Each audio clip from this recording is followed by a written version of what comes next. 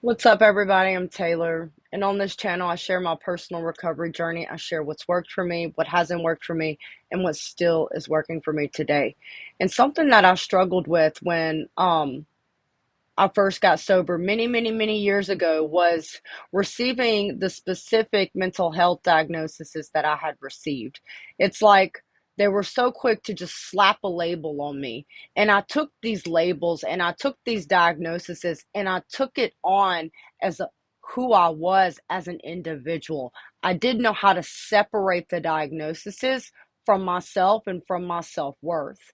And with being on my healing journey for the past 3 years, and I mean taking my healing journey to the extreme, the more I learned how to forgive myself and others, the more I learned how to regulate my emotions and face pain without numbing or distracting or avoiding, the more I learned what a healthy relationship consists of with myself and with other people, the more I started realizing that a couple of my diagnoses were misdiagnoses based on the fact that I lacked the life skills and the emotional safety and connection towards myself and to others.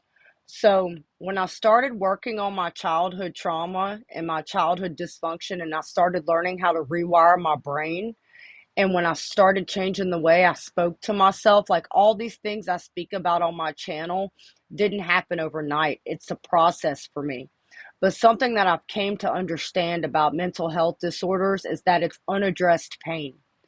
So I also like to share about how I realized just because I might have anxiety or I have PTSD or they say I'm ADHD, I look at these mental health disorders as a set of characteristics to describe my personality. So my perspective matters when I'm looking at mental health disorders and how they relate to me. And are these mental health disorders that I'm diagnosed with, are they making my life unmanageable? You know what I'm saying? So like there's so many factors that have came into play for me in my recovery and in my own healing journey. But I remember in the beginning when I was getting like all of these different diagnoses from all these different psychiatrists, I was just like taking it on as this is who I am. I'm defective. I'll never be this. I'll never be able to do that. I'll always be like this.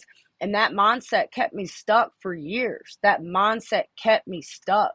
I had to stop allowing the labels and I had to stop taking it on as a part of who I was because that's not who I am.